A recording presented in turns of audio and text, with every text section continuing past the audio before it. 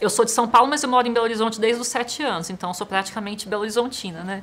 E quando a gente mudou para Belo Horizonte, a gente mudou para perto da Bonomi, da Paula, né? E a gente sempre comprou pão da Bonomi. Para mim foi uma referência super importante de qualidade, de manutenção de padrão, né? Então sempre foram referências para mim em pão em Belo Horizonte, né? Na verdade, eu era bailarina do Grupo Corpo. Aí, pela idade, tive que parar, né, de dançar, mas não me preparei. Já na última viagem, eu estava com uma amiga de São Paulo, foi quando abriu o Pain Quotidien. Nós entramos quando tinha aberto, exatamente. Abriram a porta, eu acho que estavam nós duas lá, entramos. Fomos das primeiras freguesas do Pain Quotidien. Então, aí ela falou assim, ô Paulo, aí, por que você não faz uma padaria lá em Belo Horizonte? Lá não tem pão bom. Chegando aqui, parei de dançar, fico sem fazer nada, vou para São Paulo, na casa da Lúcia, e falei, Lúcia, eu acho que eu vou abrir uma padaria. E tudo começou. Bom, eu sou arquiteta, né, por formação, e sempre gostei muito de cozinhar, assim. Acho que é uma coisa comum, sabe, no mundo dos arquitetos. Eu assisti um documentário do Polan, né, que é sobre aquele livro dele, onde ele trata do processo de transformação dos alimentos, faz um paralelo com os estados da matéria, assim. Então, a parte do gasoso, do gás, ele fala do pão. Tinha um processo incrível e mágico por trás. E principalmente, e aí foi a primeira vez que eu ouvi a questão da fermentação natural. Então eu comecei sozinha, assim, eu nem sabia o que era um levain, como que devia ser a cara de um levain. Ficava fazendo uns mingau, será que isso fermentou? Foi uma descoberta muito empírica, testando e errando, sem escola, sem nada. Comecei a fazer meus primeiros pães, que eram bem horrorosos, assim, mas eu muito orgulhosa. E aí, como era muito difícil, muito complicado, impossível, aquilo me seduziu. A minha referência era Compânio, até porque nós somos colegas de profissão na arquitetura.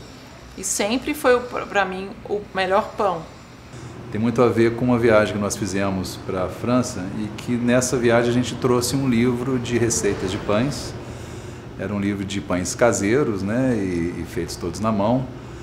Tinha fermento, tinha outras bases fermentadas, tipo poulish, massa fermentada, e chegava no levain. E pegando as receitas todas, a gente foi fazendo pães que já na época eram melhores do que a gente conseguia encontrar nas padarias aqui da cidade. Até que teve uma coisa interessante, teve um Natal que a gente resolveu produzir pães para presentear as pessoas. E aí ficamos lá 3 dias por conta disso, por conta do forno pequeno, então tinha que fazer várias massas, várias fornadas, né, para chegar no final, assim, no dia 24, a gente tem um volume interessante. E foi o sucesso da história. E aquilo despertou na gente um desejo. Falei, poxa, vamos tentar um caminho por aí. Eu sou arquiteta, a Lu professora de línguas, tem história de intercâmbio, então a gente conhece muita gente fora, em vários países da Europa. E a gente resolveu juntar essa facilidade que a gente tinha de contatos e sair numa primeira viagem que durou 6 meses. Foi basicamente França, Itália, Alemanha, Suíça e Espanha, eu acho. Depois a gente acabou fazendo várias viagens, né, na sequência dos anos aí, conhecendo outros países, Índia, Marrocos, terminando de fazer a Europa quase que toda. E as viagens são de foco para a padaria. A gente conheceu padarias inacreditáveis, fornos de 600 anos, de mosteiros bizantinos, que ainda assavam pães com a mesma tecnologia, com lenha de oliveiras, e incríveis, pães assim, inacreditáveis. Pessoas que faziam na mão, 150 quilos de massa trabalhando na mão, fornos comunitários. A gente teve uma vivência assim, incrível com essas viagens de pesquisa, né? E deu para conhecer muita coisa interessante. Meu interesse por pão acho que nasceu basicamente junto com o meu interesse pela culinária. Eu também sou uma pessoa que sempre gostei muito de cozinhar, especialmente de comer, né? Eu acho que quem gosta de cozinhar é porque gosta de comer antes de qualquer coisa. Cheguei a cogitar de fazer gastronomia, mas fui para o direito, dessa desviada aí. Num determinado momento, comecei a sentir uma necessidade de aprender alguma coisa nova. Fui para São Paulo fazer um curso de panificação básica, sem muita pretensão de nada, né? Mesmo como um hobby, né? E comecei a estudar fermentação natural, porque é uma forma tão ancestral de se fazer o pão, né? A fermentação natural começou a ser redescoberta relativamente há pouco tempo. Eu estava atrás de fazer um pão com fermentação natural, sabe? Que não fosse do jeito que a gente encontrava aqui, mas foi com a casa aberta que eu fui correndo atrás. Tiveram franceses que chegaram em São Paulo, no Rio, todas as vezes eu ia para lá, ficava um tempo. Consegui ficar um tempo maior na França, porque Lúcia também abriu esse caminho. E não posso esquecer de te falar que aqui em Belo Horizonte, o pessoal da Amipão trouxe um profissional, o Nicolás, que veio dar um curso aqui. O Nicolás foi muito importante para isso, porque ele ficou morando aqui um tempo. Então o Nicolás era uma referência. Quem quisesse fazer sério e sabia ensinar. Ele não ensinava a mágica, não é assim, tem que dedicar, né? Porque pão com levain não é fácil. Na época a gente não tinha acesso a farinhas importadas, a farinhas, né, elaboradas e tal para panificação artesanal. A gente tinha o que a gente conseguia comprar no supermercado. E de equipamentos também, eu consegui uma maceirinha de um amigo que tinha ela encostado, mas era só uma velocidade, né, muito pequena.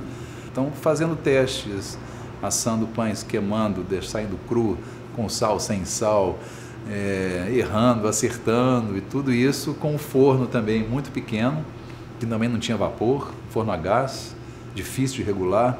Enfim, a gente teve todas as dificuldades de ingrediente, de equipamento, de apoio, de tudo para insistir e chegar no ponto que a gente começou. Poxa, agora acho que a gente tem um pão que a gente pode tentar vender.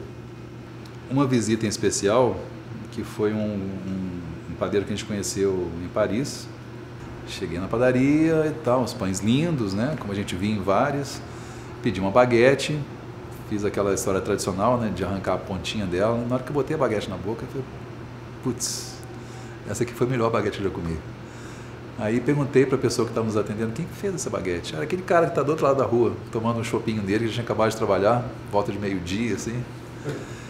Aí fui lá, me apresentei, eu com a Lu, nos apresentamos, ele nos convidou para sentar e tal, e passamos a tarde inteira tomando cerveja e conversando de pães e tal. E ele virou e falou, olha, daqui a um ano eu vou vender minha padaria, eu vou passar um ano sabático, vou passar pelo Brasil. Tá. Aí trocamos endereço, daí a 1 ano e meio ele bateu na nossa porta aqui. Foi sensacional, foi lindo de ver assim, trabalhando. Tipo assim, no primeiro dia ele fez uns pães, todos errados. Segundo dia, fez de novo, tudo errado. Aí eu falei, poxa, o que está acontecendo? Aí ele foi sacando, cara. O cara tinha muita experiência. Então, pô, essa farinha, essa máquina, não sei o quê. Então foi colocando alguns truquezinhos que ele conhecia para chegar no terceiro, no quarto dia e tirar pães inacreditáveis. E aí foi um salto na nossa produção também, porque a gente teve uma pessoa com experiência de fora, que sabia dos processos que a gente estava quebrando a cabeça aqui, trabalhou com a nossa farinha, com os nossos ingredientes, com a nossa água, com a nossa levain, com tudo que a gente tinha aqui desenvolvido, para chegar no ponto de, poxa, pequenos detalhes que você fizer de ajuste na sua produção, você consegue ter um salto de qualidade. E foi sensacional. Manu Merlès. Depois ele voltou para a França, reabriu a padaria dele e está lá com uma padaria incrível também.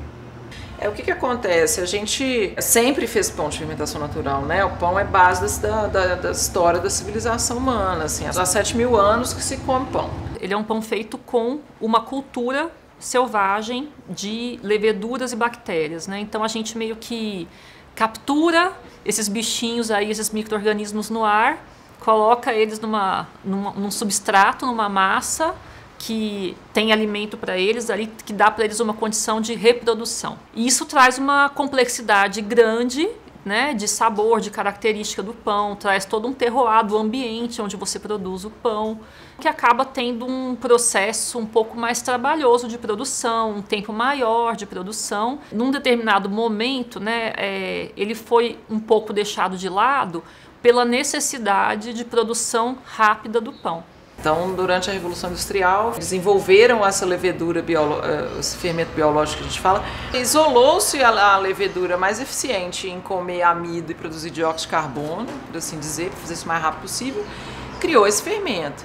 e é um fermento que te permite uma produção extremamente rápida, né? Então você tem ali uma necessidade de produzir 1000 pães franceses em X horas, esse fermento te entrega isso. A gente perde os benefícios da fermentação do trigo. O glúten é uma proteína muito comprida, de uma cadeia longa, difícil de gestão para a gente. Então, na fermentação, isso é degradado em várias moléculas menores e você consegue digerir mais fácil. Mesma coisa o amido, que é um açúcar complexo, degradado em formas de açúcar simples. E aí, você não vai ter pico de glicemia, você vai ter uma digestão melhor, mas é trabalhoso, é demorado e precisa dessa galera toda do fermento natural, todas as leveduras e bactérias que estão presentes ali para fazer esse serviço. Mesma coisa com quem tem intolerância à lactose, pode comer um queijo maturado, mas não pode tomar um copo de leite. Passou por um processo longo de fermentação. A gente está vendo aí as pessoas falarem que tem intolerância a glúten, né? Falam que pão faz mal. Será que é o pão que faz mal mesmo? Ou será que é o que aconteceu com o pão aí ao longo do tempo? Tem muita gente que chega aqui falando, tem pão sem glúten? Aí eu explico, olha, não preocupa com o glúten, preocupa como é que se esse glúten está fermentado ou não está. Porque se não tiver, vai te fazer mal, mas se tiver não vai, a não ser que você seja celíaco. Além de se começar a usar o fermento biológico de uma forma até indiscriminada, né, em quantidades muito grandes, até maiores do que o necessário para você fazer um bom pão, você também passou a ter pré-mistura para tudo. E as padarias começaram a comprar isso porque facilita demais. O padeiro mistura aquilo com água e não se precisa se preocupar com mais nada, sai o pão ali, modela, né? Tem boleadora, tem todo o maquinário. E isso foi importante, foi necessário, porque as padarias precisavam de ter esse giro de produção grande.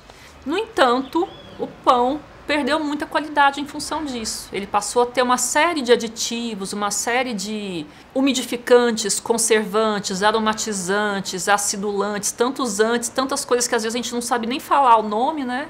Um trigo ruim, todo em pesticida, faz um pão, cresce em 2 minutos, assa, cheio de bronato. Depois de um tempo você não vai ter algum tipo de intolerância? Tem, mas é de um tanto de porcaria junto. Então, eu acho que é essa recuperação também, de fazer com o trigo melhor, respeitando um tempo, com um produto melhor, principalmente respeitando fermentação e tudo, já fica melhor do que aquela porcaria que tinha, ou que ainda tem, não sei. Aqueles pozinhos mágicos que você tem na prateleira, esquece aquilo, deixa de comprar aquele negócio, a gente não usa. Não precisa usar melhorador, reforçador, não precisa disso, nem de antimofo, não precisa disso. A fermentação natural já vai te dar uma vida útil aí de 9, 10 dias no produto. E com certeza, todas essas coisas que são utilizadas, ao longo do tempo, a gente vai tendo pesquisa que descobre que tem alguma contraindicação, né, que pode fazer mal para o ser humano. E já existe um monte de estudo que indica que alguns conservantes realmente podem trazer também problemas digestivos. Artigos que mostram como o uso de agrotóxico no trigo, ali na origem, tem provocado uma série de problemas também. Tem até alguns que são bem escabrosos, assim, né? Se você for pesquisar, já tem muito artigo científico sobre essa questão do trigo geneticamente modificado, né? Que aí você vai usar o glifosato. Faz mal, inclusive, para a criança, né? Na formação do sistema neural. E aí a fermentação natural agora está voltando com força por causa disso. E que te dá um pão maravilhoso, com uma característica de sabor, de textura, de durabilidade, sem precisar de conservante, de aromatizante, de acidulante. Eu observo uma coisa que eu acho interessante, que é o seguinte: a gente passa por um movimento de ter tudo industrializado para facilitar a vida da gente. É aquela propaganda que na vida prática você pega uma coisa na prateleira no supermercado, abre uma embalagem, já tem um lixo ali desagradável ali que você vai ter que depois dar um fim para aquilo, come uma coisa que não vai te deixar muita lembrança e resolve o problema. E o contraponto disso é você começar a ver, poxa, eu posso ter um produto feito artesanalmente que vai me dar uma qualidade muito melhor, mesmo que seja um pouco mais caro, Acho que isso é visível nos pães, nas cervejas. Você tem assim uma qualidade incrível de cervejas aqui hoje, né? Belo Horizonte se tornou um polo importante de produção de cerveja artesanal. Então hoje você bebe com mais qualidade, você come com mais qualidade. Então você tem uma experiência muito mais completa de um processo que é todo feito artesanal, que vai te satisfazer mais, que vai te dar mais prazer de viver aquele momento ali, né? E que vai te deixar mais lembranças do que simplesmente uma coisa que descarta ali e resolve o problema. E aí acho que as pessoas começaram a sentir falta realmente de voltar um pouco às origens, de saber o que elas estão consumindo, né? Esse pão que eu estou comendo, do que ele é feito, né? E essa gosto, essa vontade pelo retorno do simples, né? De você pegar uma farinha, colocar água e sal e um fermento natural, que é um fermento que você pode criar em casa com essa cultura de micro-organismos que está no ar, que está na sua farinha. É uma coisa mágica, né? Você poder fazer o pão, que é na verdade um alimento super simbólico, né? Acompanhou a história da humanidade aí. Eu acho que existe um resgate, uma tentativa de se comer melhor. De novo, para quem tem esse privilégio de poder escolher o que come. Então, tem uma busca por vegetais orgânicos, entendeu? Grãos não transgênicos, né? A comida vem da fazenda para sua mesa. Eu acho que faz parte de um interesse geral, assim, em melhorar a qualidade da nossa comida, saber que o ultraprocessado, industrializado vai te fazer mal e não o trigo é que vai te fazer mal, né? Então acho que faz parte desse conjunto, assim, da gente tá entendendo que a tal da comida de verdade é o que interessa, né? E o pão de fermentação natural é a comida de verdade que nossos antepassados comiam. Eu vejo assim, a gastronomia no Brasil, ela deu um salto gigante de alguns anos para cá, né? Acho que o interesse das próprias pessoas, né, em ter um produto melhor, viajando e conhecendo coisas diferentes e trazendo para cá, acho que a nossa produção de queijo, de cerveja, de legumes, de derivados de carne, tudo isso deu um salto incrível nos pães, né, principalmente. Né? Eu sempre gosto de dizer que você pode sim fazer um pão sensacional com fermento biológico. Se você utilizar ele numa proporção saudável, fazer uma fermentação longa com o fermento biológico, você também vai ter um pão de excelente qualidade. E foi muito interessante, né, essa explosão que teve durante a pandemia de pessoas querendo fazer o seu próprio pão, aprendendo a fazer o pão, querendo fazer a fermentação natural.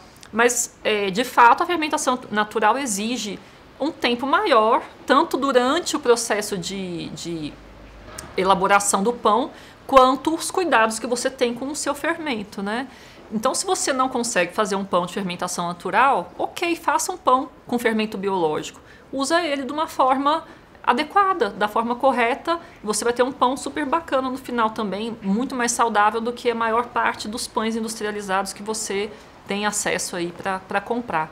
Ainda assim, eu acredito que a fermentação natural, por haver uma complexidade maior ali desses micro-organismos que atuam e produzem diversas coisas ao longo da fermentação, e em função também da temperatura em que você faz a fermentação, né?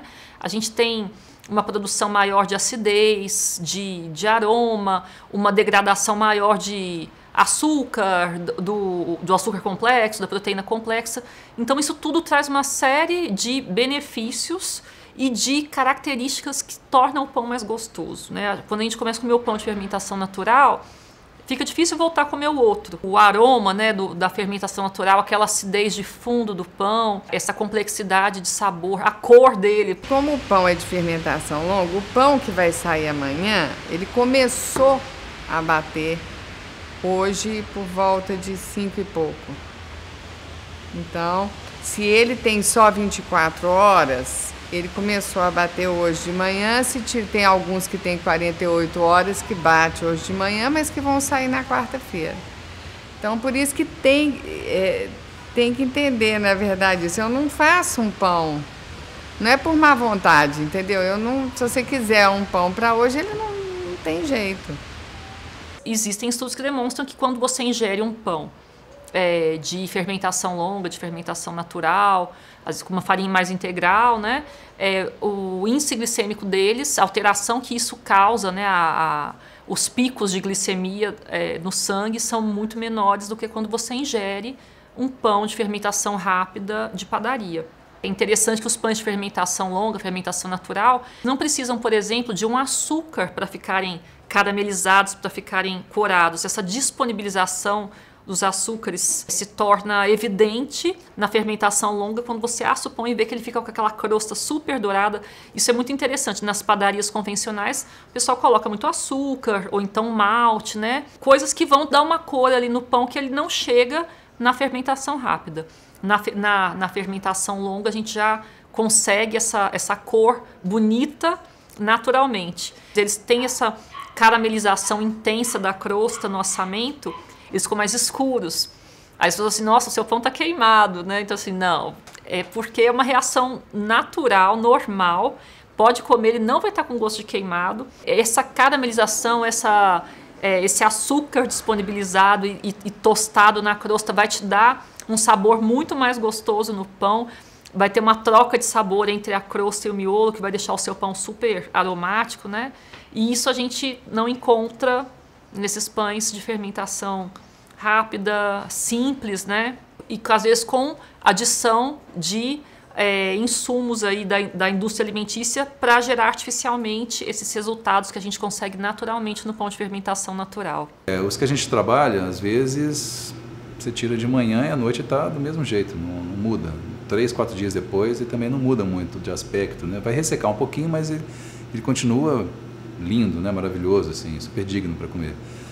E esse pãozinho francês, ele é de consumo imediato. Então você compra ele fresco e come ele rápido. Ele não é um pão feito para você guardar. Não é um pão feito para você guardar e comer daqui a 3, 4 dias. Ele não aguenta esse processo. Ele é muito leve, então esse processo para você ter ele muito leve, você tem que ter outros ingredientes que não nos interessam trabalhar também. É difícil você ter uma fermentação natural que vai dar um pão assim, com aquele volume e com 50 gramas. A fermentação natural vai trazer um outro aspecto, não vai ficar tão neutro no sabor, vai dar uma característica própria, uma personalidade. Enfim, então acho que tem coisas que se buscam no pão francês que outros processos conversam de uma outra forma.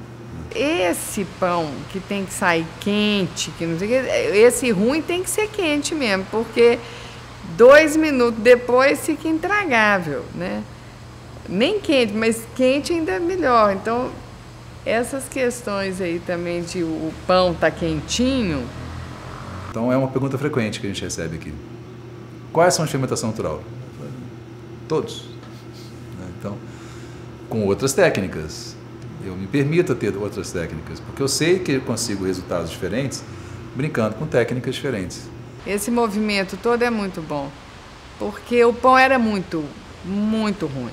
Aquele pãozinho francês, oco, esfarelento, ressecado, sabe? Um desprezo total pelo pão. Eu acho que tem espaço para muito mais gente. Acho mesmo, assim, porque surge uma padaria nova, mas surgem clientes novos. Surgem pessoas novas que ainda não tinham atentado para isso. Ou às vezes viam um pão diferenciado para um momento especial, para uma festa, para um fim de semana, e de repente cai a ficha, pô, eu posso ter esse pão top todos os dias, no café da manhã, no lanche, o tempo inteiro. E nisso a demanda acaba crescendo, e nisso as padarias que chegam vão simplificar a vida de todo mundo. Então, acho que tem espaço para muito mais gente ainda. Mas esse movimento todo, esse boom de padaria, de fazer pão em casa, de aprender a fazer pão, isso tudo é muito bem-vindo. Quase que eu te falo, demorou. Demorou. Porque é um produto maravilhoso, imprescindível, né, para poder... E aí tem mais gente fazendo, é ótimo. E acho que o fato de ter muita gente fazendo um produto melhor ajuda a todo mundo para que melhore também o nível e ajuda o cliente a diferenciar o que é um produto de uma qualidade melhor e um produto mais simples.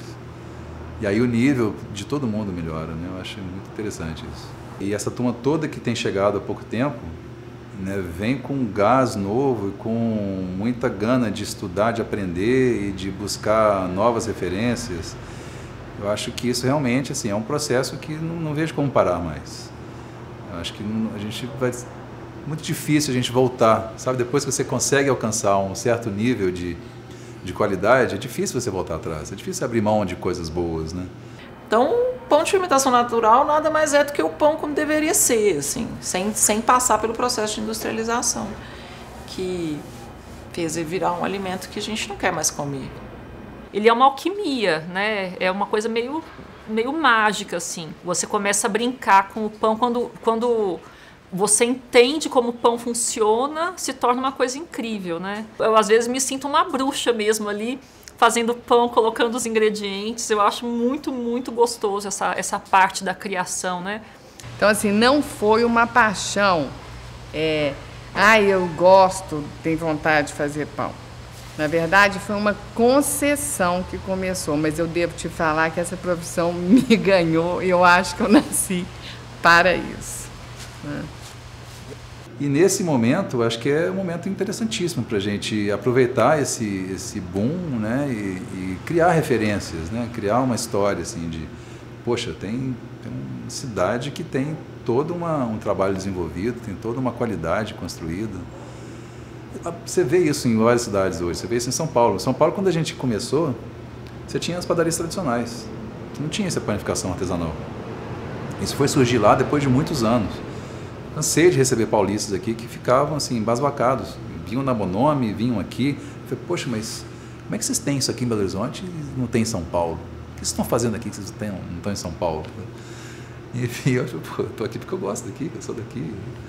E a gente pode ter um produto de qualidade aqui também, né? Vocês que corram atrás, que vêm aqui para aprender e fazer lá também.